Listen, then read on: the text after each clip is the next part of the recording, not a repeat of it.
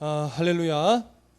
지금 이제 이스라엘 백성은 애굽에서 하나님의 은혜로 구원함을 받은 이후에 이제 약속의 땅으로 가면서 하나님의 훈련을 받고 있습니다.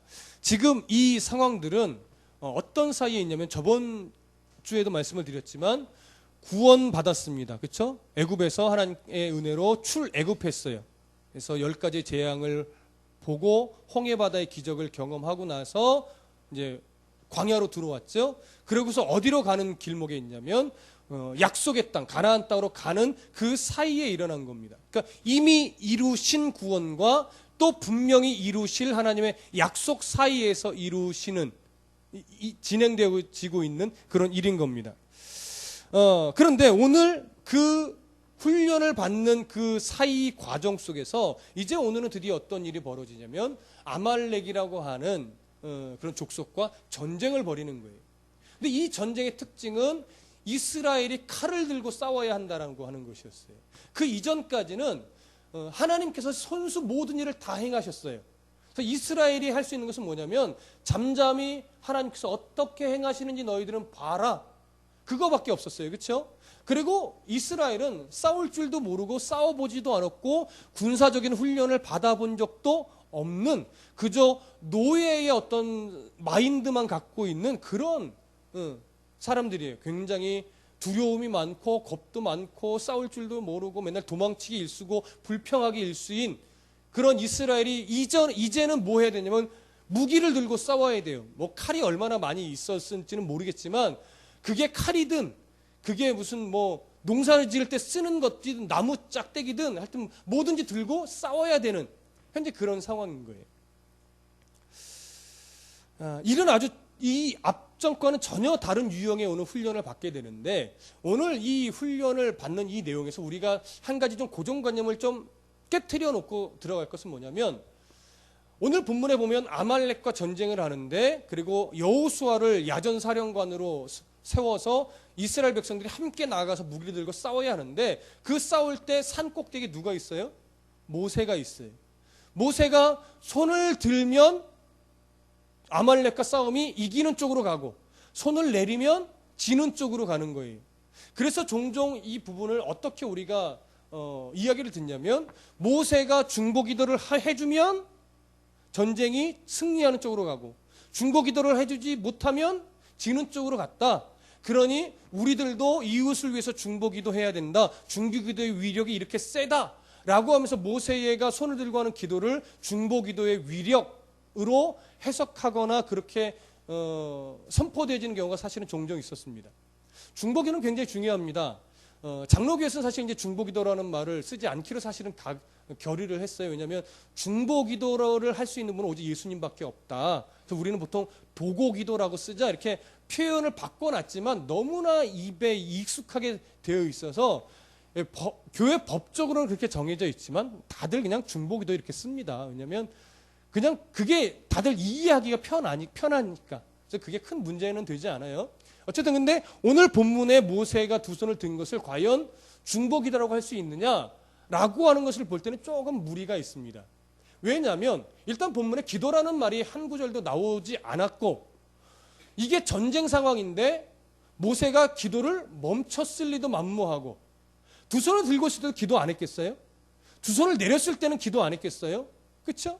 근데 모세가 손을 올리는 것은 기도하는 거고 내린 것은 기도를 안 하는 거다. 그러니까 기도할 수 있도록 양쪽에서 아론과 우리 손을 들어줬다. 이렇게 해석하는 것은 조금 오늘 본문을 흘러가는 문맥과 매치가 좀 안 되고 무리가 있다라고 하는 거예요. 예. 그러니까 오늘 본문의 내용은 무엇을 연결해서 봐야 되냐면 앞에 무슨 사건이 있었는가를 먼저 봐야 돼요. 왜냐하면 자 8절 다시 한번 보세요. 8절의 시작이 무슨 말로 됩니까? 그때에 지금요 오늘 전쟁을 이야기하는데 전쟁이 왜 하게 됐는지 아말렉이 왜 쳐들어오게 됐는지 이런 것에 대한 설명이 전혀 없어요.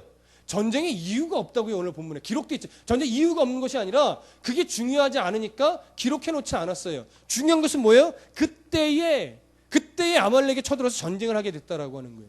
근데 그때가 언제예요? 앞절을 볼까요? 7절 함께 읽어봅니다. 시작. 그가 그곳 이름을 마사 또는 무리바라 불렀으니 이는 이스라엘 자손이 다투었음이요 또는 그들이 여호와를 시험하여 이르기를 여호와께서 우리 중에 계신가 안 계신가 하였음이더라. 그때에 이렇게 되는 거예요. 이 사건이 정말 바로 연속적으로 있었는지는 알 수 없지만 모세가 이것을 연속적으로 기록하면서 그때에라고 한 것을 보면 오늘 이 전쟁이 단순하게 무슨 영토를 지키고자 하는 싸움이라든가 어떤 뭔가를 빼앗기 위한 싸움이라든가 그런 성격의 유형으로 진행된 싸움이 아니라고 하는 거예요. 하나님께서 어떠한 이유와 의도를 가지고 싸우게 섭리하셨다라고 하는 게 담겨 있어요. 그럼 왜 하나님이 싸우도록 섭리하여 허락해 놨느냐? 이유는 그거야. 앞에 이스라엘이 물이 없다라고 불평한 두 번째 사건 속에서 그 사건이 앞에 물이 없다라고 불평한 사건과 다른 이유는 뭐라고요? 이들의 불평의 내용 때문에. 앞에 불평의 내용이 뭐라고 했어요? 여호와께서 우리 중에 계신가 안 계신가 하였더라. 이 불평은 굉장히 심각한 불평이에요. 뭐냐면 구원해 주신 것은 고맙다 이거예요. 구원해 주셨으면 이제 조금 더 나은 길로 인도하셔서 빨리 약속의 땅으로 들어가게 하셔야지 하나님의 능력이 이제 다 바닥난 거 아니냐? 첫 번째 그 내용이죠. 능력이 바닥났으니까 물도 주고 메추라기도 주었었으면서 불구하고 여기 와서는 물 하나 없는 곳으로 우리를 이끄신 거 아니냐? 능력이 쇠하신 것 같다. 또 하나. 그 하나님이 우리를 떠난 거 아니냐? 정말 약속의 땅으로 인도하시기는 하는 거냐? 우리 중에 안 계신 거 아니냐? 이제 능력이 바닥나니까 도망가신 거 아니냐? 이런 식의 불평이란 말이에요. 그러니까 하나님이 지금 이들의 이 불평을 잠재우기 위해서는 뭘 알려줘야 돼요? 하나님의 능력이 모자르지 않다라는 걸 또 알려줘야 돼요. 또 하나 뭐 알려줘야 돼요? 하나님은 이스라엘을 떠나지 않으신다. 이 두 가지를 알려줘야 되는 거예요. 이 두 가지를 알려주기 위해서 오늘 하나님이 끌어오신 훈련의 내용이 뭐냐면 아말렉과의 전쟁인 거예요. 그러니까 이런 차원으로 보셔야 내용이 연결이 되는 거예요. 그 아말렉은 어떤 족속이냐? 아말렉은요 오늘 이 이스라엘과 아무 상관없는 족속이 아니에요. 아말렉 족속은요 먼저 이삭의 아들 에서에게로 갑니다. 에서에게서부터 출발하는 거예요. 그래서 에서가 아내 아다로부터 엘리바스를 낳았고 엘리바스는 그 아내 딥나로부터 아말렉을 낳습니다. 그러니까 먼 친척벌 되는 관계예요. 근데 먼 친척벌 되는 이 아말렉이 에서의 손자인데 이들은 에돔 사람들부터 갈라져 나와서 가나안 남쪽에 주로 살았어요. 남쪽에 살면서 주로 유목생활하니까 주로 자기의 본거지는 있지만 주로 떠돌아다녀요. 그래서 이 영토를 넓히는 싸움이 아니라는 거예요. 왜냐하면 정착을 위해서 이렇게 싸우는 자들이 아니라 유목하고 하면서 주로 계속 돌아다니는 사람들이기 때문에 오늘 전쟁의 성격이 뭐 영토를 위한 이런 싸움이 아닌 거죠. 그러니까 무슨 이유로 싸우게 됐는지 모르겠지만 하나님이 이 아말렉 족속에게 두려움을 심어줌으로 말미암아 경계하게 만들고 경계하게 만들면서 싸움까지 전쟁까지 일어나게 되었던 거예요. 이때 여호수아를 이제 야전 사령관으로 세워서 그들과 직접 무기를 들고 싸우는 이런 일이 이제 벌어지는 겁니다. 그러면 여러분 아말렉은요 당시에 굉장히 약탈을 일삼던 굉장히 그 좀 잔인한 민족이었어요. 기질도 다혈질이고 싸움도 굉장히 잘했어요. 유목민이니까 또 얼마나 잘 다녔겠어요. 잘 싸우고 그렇게 아주 악하게 형성했던 민족인데 이런 아말렉 족속과 그저 노예 근성에 허덕이고 있던 이스라엘과 싸우면 당연히 누가 이길까요? 아말렉이 이기는 거예요. 승산이 없어요. 여러분 그러면 이스라엘에 무기는 있었을까요? 제대로 된 무기가 없었다고요. 기껏해야 애굽 병사들에서 탈취해놓은 일부 어느 정도가 다였겠지요. 그러니까 대부분의 이스라엘은 칼이나 창이 아니라 뭐 나무, 뭐 농기구 뭐 이런 거가 대부분이었을 거라고 보여집니다. 그럼 이 전쟁은 사실 이길 승산이 없는 그런 전쟁이었어요. 군사훈련을 받은 적도 없고. 근데 오늘 전쟁이 벌어지고 이들은 싸워야만 했던 겁니다. 그렇기 때문에 이 전쟁은 앞에서도 방금 이야기를 드렸지만 하나님이 이 능력이 모자르신 분이 아니며 하나님이 언제나 이스라엘과 약속의 땅에 갈 때까지 함께 하신다라고 하는 것을 보여주기 위한 싸움인 거예요. 그러니까 이제 그런 시각으로 9절부터 한번 13절을 다시 한번 볼게요. 함께 읽어봅니다. 시작. 모세가 여호수아에게 이르되 우리를 위하여 사람을 택하여 나가서 아말렉과 싸우라. 내일 내가 하나님의 지팡이를 손에 잡고 산 꼭대기에 서리라. 여호수아가 모세의 말대로 행하여 아말렉과 싸우고 모세와 아론과 훌은 산 꼭대기에 올라가서 모세가 손을 들면 이스라엘이 이기고 손을 내리면 아말렉이 이기더니 모세의 팔이 피곤함에 그들이 돌을 가져다가 모세의 아래에 놓아 그가 그 위에 앉게 하고 아론과 훌이 한 사람은 이쪽에서 한 사람은 저쪽에서 모세의 손을 붙들어 올렸더니 그 손이 해가 지도록 내려오지 아니한지라. 여호수아가 칼날로 아말렉과 그 백성을 쳐서 무찌르니라. 자, 전쟁의 오늘 본문의 내용이 전쟁의 승패가 자꾸 기울어지는 것이 누가 더 잘 싸우냐였나요? 누구의 무기가 더 좋았냐인가요? 누구의 전략이 더 좋았냐인가요? 아니죠. 모세의 손이 올라가느냐 내려가느냐였어요. 그런데 모세가 그냥 손을 올렸나요? 모세의 손에 뭐가 있었죠? 하나님의 지팡이가 있었어요. 이 지팡이는 이 바로 앞전에서 어떠한 기적을 일으킨 지팡이였죠? 그렇죠. 반석을 깨트려서 물을 내게 한. 근데 그 물이 단순하게 몇십 명 먹을 수 있는 쫄쫄쫄 나오는 물이 아니라 200만 명이 한꺼번에 먹을 수 있도록 바위가 쪼개져서 물이 하늘로 치솟구쳐 올라온 물이. 이게 장관이죠. 그렇죠? 얼마나 많이 쪼개지고 얼마나 물이 이게 솟구쳐 올랐으면 200만 명이 다 먹을 수 있었을까요? 그 능력이 어디서부터 와요? 지팡이. 그 지팡이는 뭘 상징해요? 하나님의 능력을 상징하는 거예요. 그 지팡이가 바로 애굽에서는 홍해를 갈랐던 지팡이고 모든 기적들을 일으켰던 지팡이라고요. 그래서 그 지팡이는 모세를 통하여 하나님의 능력을 일으킨 거예요. 그래서 모세가 중요하지 않고 모세와 함께 하신 하나님의 능력이 가장 중요한 거예요. 오늘 본문에서의 초점도 모세가 손을 들었냐 안 들었냐가 초점이 아니라 모세의 손에 들려진 지팡이가 올라갔느냐 내려갔느냐라고 하는 거예요. 그러니까 모세의 지팡이가 올라갔다는 것은 뭘 상징해요? 하나님의 능력이 일하신다는 걸 상징하는 거죠. 지팡이가 내려갔다는 것은 하나님의 능력이 발휘되지 않는다라고 하는 거죠. 그래서 아론과 훌이 도운 거예요. 왜? 그런 상징적인 이미지가 있기 때문에. 하나님이 보여주시는 언어인 거예요. 보여주시는 언어. 하나님의 능력이 함께함을 상징하는 그 지팡이가 모세와 함께 올라가는 것은 뭐예요? 하나님이 이스라엘을 도와 승리케 하신다라고 하는 거예요. 그것이 내려갔다라고 하는 것은 이스라엘 백성이 하나님의 능력을 의지하지 않는다라고 하는 거예요. 하나님의 능력을 의지하지 않을 때는 전쟁에 이길 수 없고 하나님의 능력을 신뢰하여 의지할 때는 들어 올려진 지팡이처럼 이스라엘이 승리할 수 있다라고 하는 거죠. 그러니까 이 그림은 중보 기도의 차원의 문제가 아니라 하나님의 능력이 함께 하심을 이스라엘 백성들에게 보여주고 몸으로 경험케 하시는 사건인 거예요. 그리고 하나님의 능력이 모자라서가 아니라는 것. 하나님이 떠나신 것이 아니라는 것.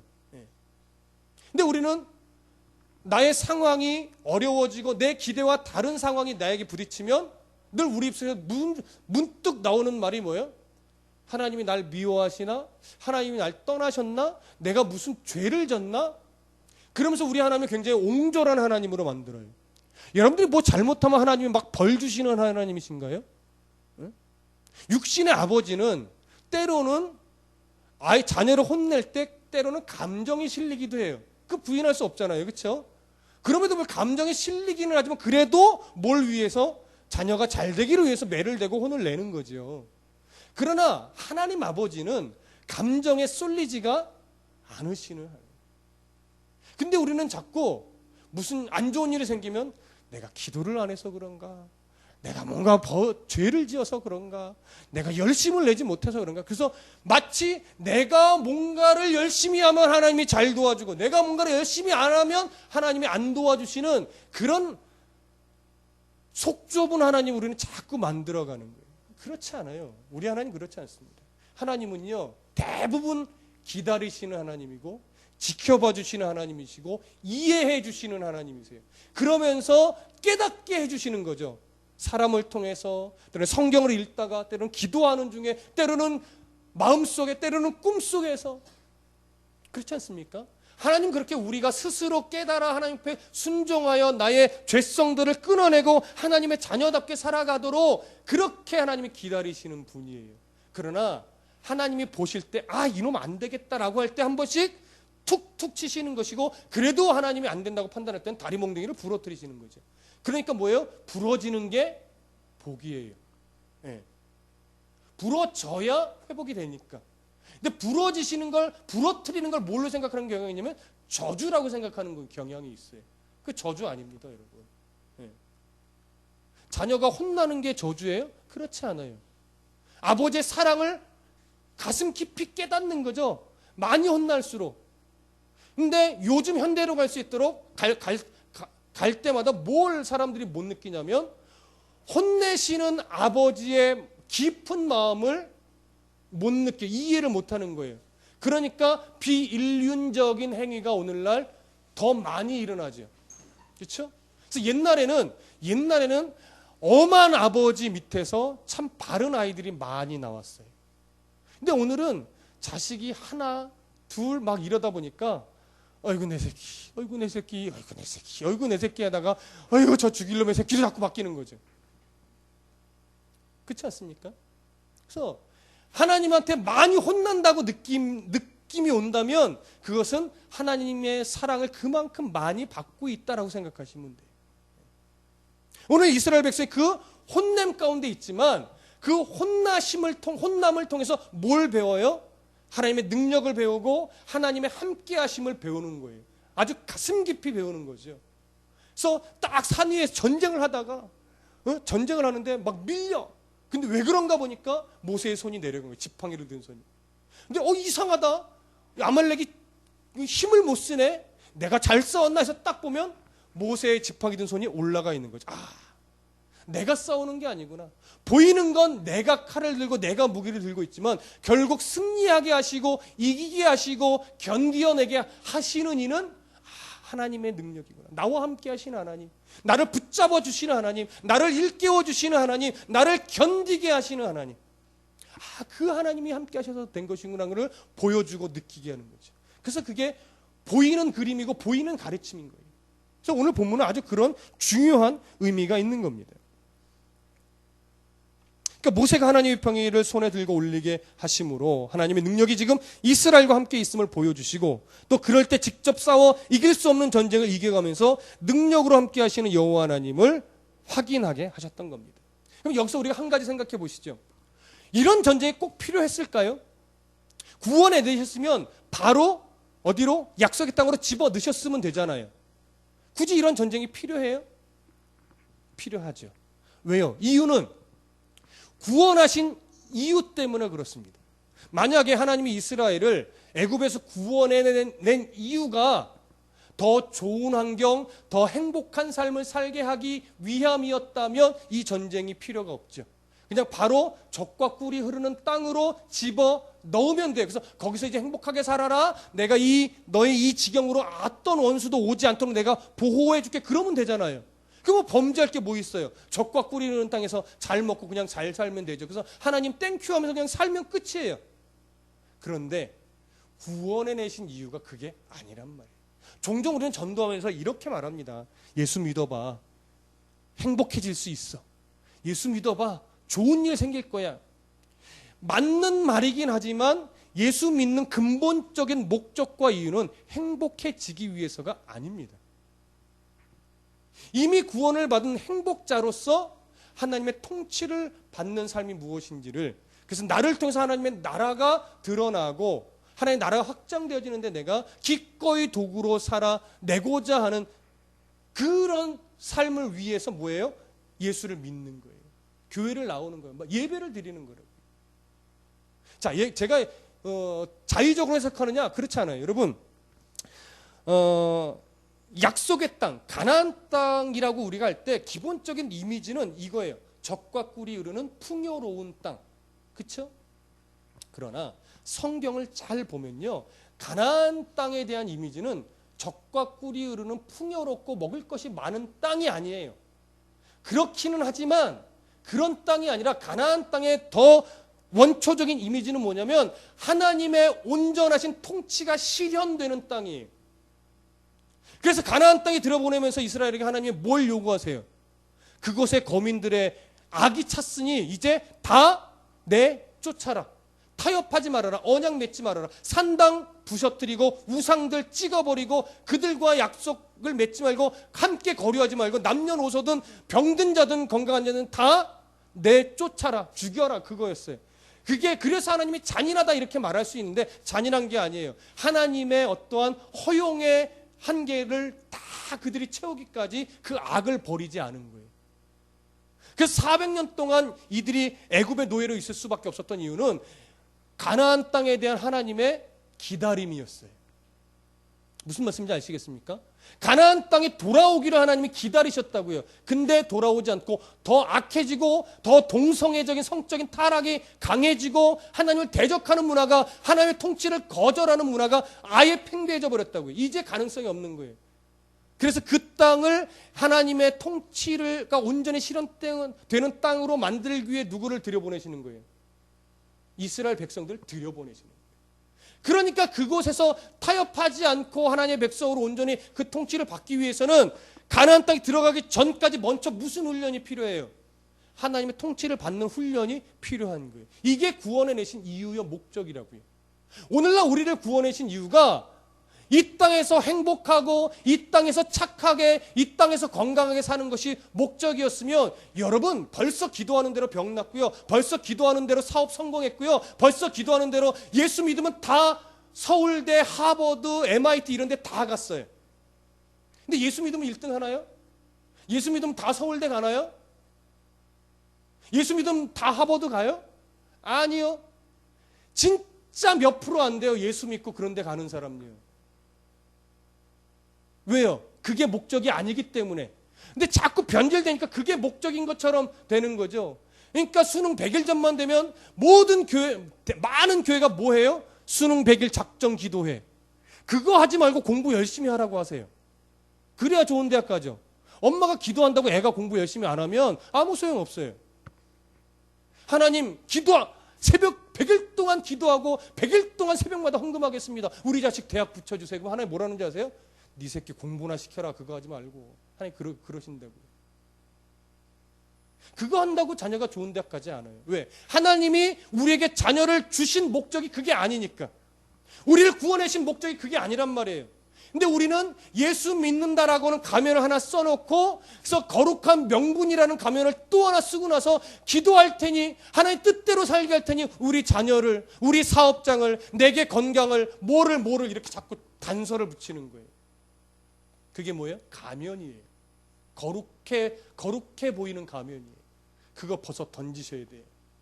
이미 하나님의 백성 삼아 구원해 낸 최고의 복을 받은 자로서 이제 하나님의 통치를 받는 성도요, 통치를 받는 자녀를 만들고 하나님의 통치를 받는 성도와 교회가 되어야 하는데 그 통치를 받는 데는 그 관심이 없고 어떻게 해서든 그냥 중간다리 다 띄워놓고 적과 꿀이 흐르는 땅으로 들어가고 싶은 거예요.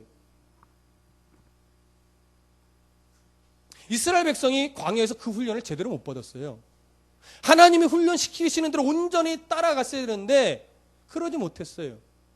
그러니까 40년을 돌아가서 아주 간신히 들어간 가나안 땅에서 무슨 일을 벌이죠? 우리가 여호수아, 사사기 성경 공부에서 그 얘기 나눴지만 결국 그들은 또 자신의 일신의 문제로 타협하고 언약 맺고 산당 부시지 않고 점령하라는 분배받은 땅은 점령하지도 못하고 이런 일이 비일비재했단 말이에요. 그럼에도 불구하고 하나님이 그들을 버리시지 않고 끝까지 하나님의 백성으로 삼으신 사랑의 장이 사사기예요. 그게 사사기는 좋은 기록이 아닙니다. 아주 불충성에 난무했던, 사사마저도 불충성으로 아주 난무했던, 그럼에도 불구하고 하나님 버리시지 않으셨던 그 하나님의 큰 사랑이 기록된 것이 사사기예요. 그 대표적인 사사가 누구라고요? 삼손. 어디 삼손이 뭐 하나님의 은혜로 막 힘을 주고 하나님이 힘 줬더니 엉뚱한 데 쓴 것이 삼손이에요. 예. 사사답지 않은 최고의 사사가 삼손이라고요. 근데 결국 하나님이 그 삼손을 안 버리셨죠. 끝까지 사랑하셨죠. 그 사랑을 오늘 우리가 받고 있어요. 우리와 같이 불평 많고 욕심 많고 탐심 많은 우리를 하나님 끝끝내 사랑하셔서 하나님의 백성답게 훈련하시는 거예요. 그래서 하나님 나라 갈 수 있도록. 하나님 나라에서는 100% 하나님의 통치를 받아야 돼요. 거기 합당한 백성이 되기에 오늘 우리가 이 땅에서 훈련받는 거예요. 이 땅에서. 그래서 그거 채찍질하라고 예배가 있는 거예요. 그거 지적해서 그거 깎아내라고 설교를 하는 거예요, 여러분. 그러니까 설교를 통해서 여러분 칭찬받을 일은요, 100 중에 한 10밖에 안 돼요. 왜? 성경에서 칭찬하는 내용이 한 10% 정도밖에 안 돼요. 성경에서 90%는요, 책망이에요. 그딴 식으로 신앙생활 하지 마. 그딴 식으로 하나님을 이용해 먹으려고 들지 마. 그딴 식으로 하나님과 흥정하려고 덤벼들지 마. 라고 하는 책망이 뭐예요? 성경의 내용이에요. 근데 어떻게 칭찬을 해요? 여러분, 저나 여러분이랑 마찬가지예요. 제가 여기서 설교하고 있으니까 마치 저는 거룩한 척 보일지 몰라도 이 얘기는 저에게 하는 얘기고 또 여러분들에게도 하는 얘기입니다. 우리의 인생이 죽을 때까지 그거의 연속이에요. 얼마나 많이 나를 쳐서 복종시키느냐의 싸움일 뿐이지 정말 누구는 하나라도 거룩해서 그 쳐서 복종시킬 만한 일이 없는 사람은 한 명도 없어요. 그래서 나를 많이 쳐서 복종시킬수록 그 사람은 예수 그리스도를 많이 닮아가게 되는 겁니다. 그래서 이 싸움이 필요한 거예요. 이 싸움을 제대로 받고 나서 가나안 땅에 들어가야 비로소 가나안 땅에서 더 하나님이 원하시는 통치를 받아 모든 우상과 타협하지 않고 하나님의 민족으로 건강하게 섰을 텐데 이스라엘 백성이 그거에 실패한 거예요. 우리마저도 그런 실패하는 인생이 돼서는 안 되겠습니다. 하나님의 능력을 인정하고 신뢰하고 하나님의 방법대로 순종하겠다라는 그 표현을 내셔야 돼요. 그 표현이 바로 모세가 손을 든 것이고 그 길을 함께 걸어가겠다고 작정한 것이 아론과 훌이 양쪽에서 드는 거예요, 여러분. 그러니까 목사와 저와 함께 그 길을 가시자고 제가 선포하고 손을 내밀고 끌어당기는 게 바로 어떻게 보면 예배라고도 할 수 있어요. 당연히 예배의 주인은 하나님이시고 하나님 모든 영광을 받으셔야 되지만 예배를 통해서 우리가 다짐해야 될 것은 뭐냐면 저와 함께 하나님의 지팡이를 들고 하나님의 방법대로 하나님을 신뢰하며 그 길을 함께 가십시다 이렇게 외치는 것과 마찬가지예요. 그래서 예 알겠습니다. 저도 아론이 될게요. 저도 훌이 될게요. 그 길을 함께 가요 라고 마음을 모아서 하나님께 드리는 게 뭐예요? 그게 예배죠. 하나님 그렇음에도 불구하고 이번 한 주간 동안 또 손을 내려서 하나님을 신뢰하지 못한 부분 너무나 많았어요. 용서해 주세요. 다시 힘을 낼게요 라고 또 나를 다시 붙잡고 결단하는 게 뭐예요? 그게 또 예배인 거예요. 그 속에서 하나님이 받으실 만한 영광을 다 받으시는 거예요. 여러분 온전하게 살 수 없습니다. 여러분 오늘 결심하고 집에 가자마자 그게 다 깨지는 경우가 허다하잖아요. 그럼에도 불구하고 우리는 그렇게 연약한데 하나님은 우리를 떠나지 아니하세요. 그게 바로 오늘 본문에 내가 너와 함께하고 늘 언제나 함께하고 있다라고 하는 증거로 또 이 전쟁을 벌이게 하신 거예요.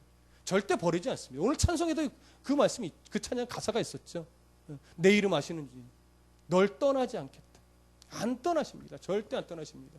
그러니까 우리의 싸움은 그거예요. 나와 함께 하신 하나님을 믿고 신뢰하고 나가는 것. 두렵다고 하나님 안 계신 거 아니야? 이러지 않는. 언제나 함께 하신 하나님을 믿고 두려움은 두려움대로 하나님 지켜주실 걸 믿어요. 그러고 어두운 길이지만 한 걸음 내딛는 용기. 그게 그리스도인다운 성숙함에서만 나올 수 있는 거죠. 자, 결론을 좀 정리하겠습니다. 14절부터 16절까지 한번 읽어보겠습니다. 시작. 여호와께서 모세에게 이르시되 이것을 책에 기록하여 기념하게 하고 여호수아의 귀에 외워 들리라. 내가 아말렉을 없이하여 천하에서 기억도 못하게 하리라.